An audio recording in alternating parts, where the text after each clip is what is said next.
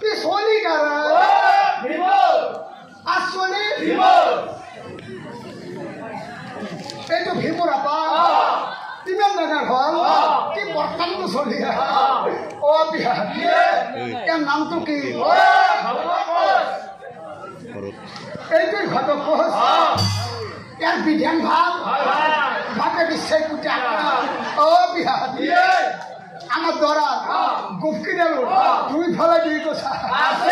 হয় এইফালে কোষা সেইফালেও আছে যে গঠককে ৰাখি থৈ দিছে সেইফালে কোষা ও বিহা আমার দরা গুফকি দিল মাঝে দিয়ে তার রাস্তাও আছে দেখা ও মাঝে দিয়া দি যাওয়া রাস্তা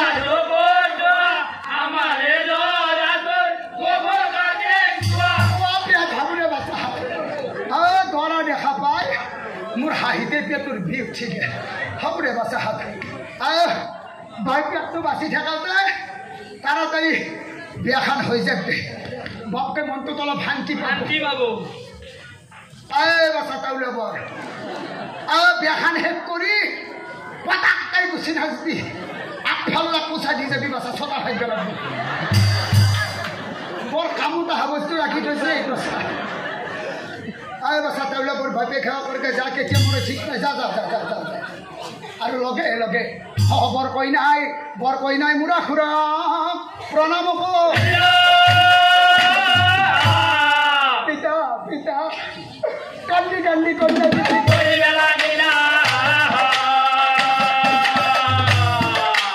কান্দি কান্দি কন্যা দিছে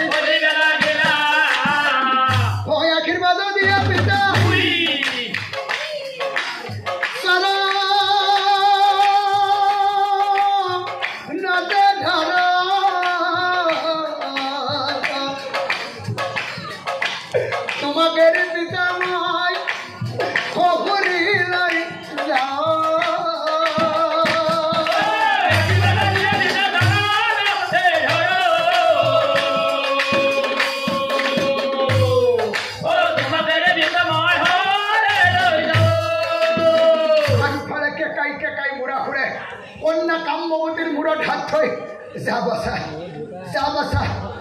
তই দুখ নকৰিবি দে বাচা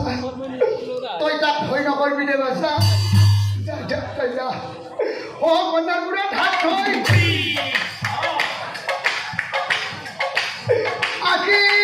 আশীৰ্বাদ দিলা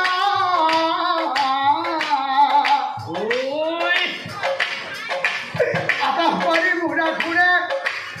কান্দিলে লাগিলা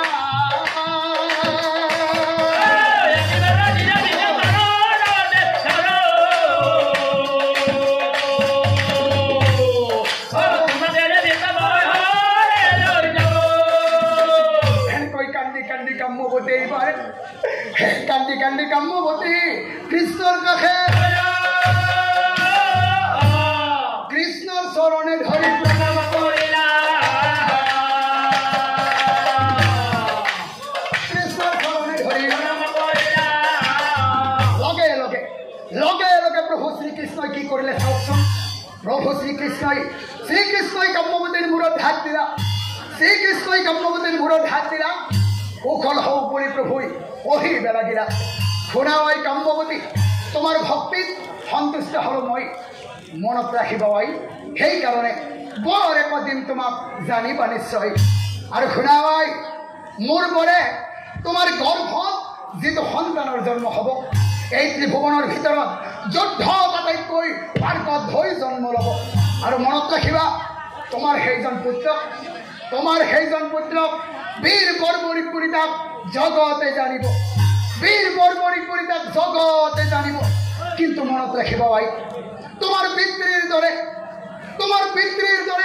তোমাৰ পুত্ৰৰ মৃত্যু এদিন মোৰ হাততেই হ'ব আৰু সেই বুলি কাম্যবতীক প্ৰভুই মোৰ আনফালে শুনক পথে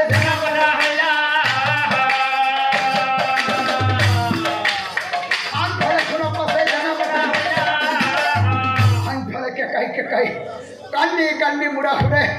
প্ৰভু কৃষ্ণক মাতি কৈছিল, হে প্ৰভু নাৰায়ণ, হে প্ৰভু জনাৰ্দন, আজি মই তোমাক কি বুলি মাতিম প্ৰভু? তুমি মোৰ ওচৰলৈ আহা প্ৰভু, তুমি মোৰ ওচৰলৈ আহা। মুৰা খুৰে শ্ৰীকৃষ্ণ প্ৰণাম হ'ব।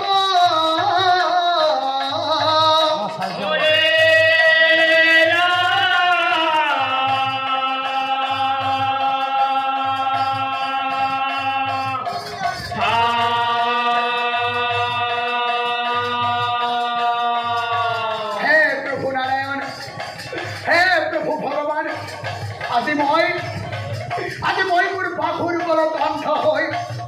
তোমাৰ লগত যুদ্ধ কৰিবলৈ আহি তোমাৰ আগতেই মই অহংকাৰ কৰি মহাপাপ কৰিলো প্ৰভু। যদি তুমি পাৰা তুমি মোক ক্ষমা কৰিবা প্ৰভু, তুমি মোক ক্ষমা কৰি দিবা। অ কৃষ্ণৰ নাম লৈ মূৰা ঘূৰে জীৱনতে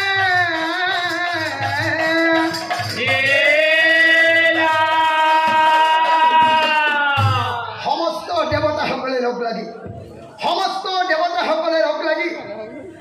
এইবাৰ প্ৰভু কৃষ্ণৰ ফালে চাই কৈছিল, প্ৰভু প্ৰভু দেৱগণে বোলে প্ৰভু শুনা হবচোন, দেৱগণে বোলে প্ৰভু শুনা হবচোন, আজিৰ পৰা তোমাৰ সহস্ৰ নামৰ ভিতৰত আৰু এটা নাম হ'ব তোমাৰ শুনা দিয়া মন। আৰু প্ৰভু আজিৰ পৰা তোমাৰ নাম ৰাখিলো মোৰ হাৰে। আৰু প্ৰভু তোমাৰ সহস্ৰ নামৰ ভিতৰত আজিৰ পৰা এই মুৰাৰী নামটো কি কাৰণে ৰাখিলো জানা প্ৰভু? মোৰ তাৰ মানে হৈছে মুৰাৰী, মোৰ মানে হৈছে এই অসুৰৰ নাম মুৰাখুৰ। যোগ অৰি মানে হৈছে শত্ৰু। আৰু প্ৰভু যিহেতু তুমি আমাৰ দেৱতাসকলৰ শত্ৰু, মুৰাসুৰক বধ কৰি সমস্ত দেৱতাসকলক উদ্ধাৰ কৰিলা, সেইকাৰণে আজিৰ পৰা তোমাৰ সহস্ৰ নামৰ ভিতৰত আনটো নাম ৰাখিলো মুৰাৰী।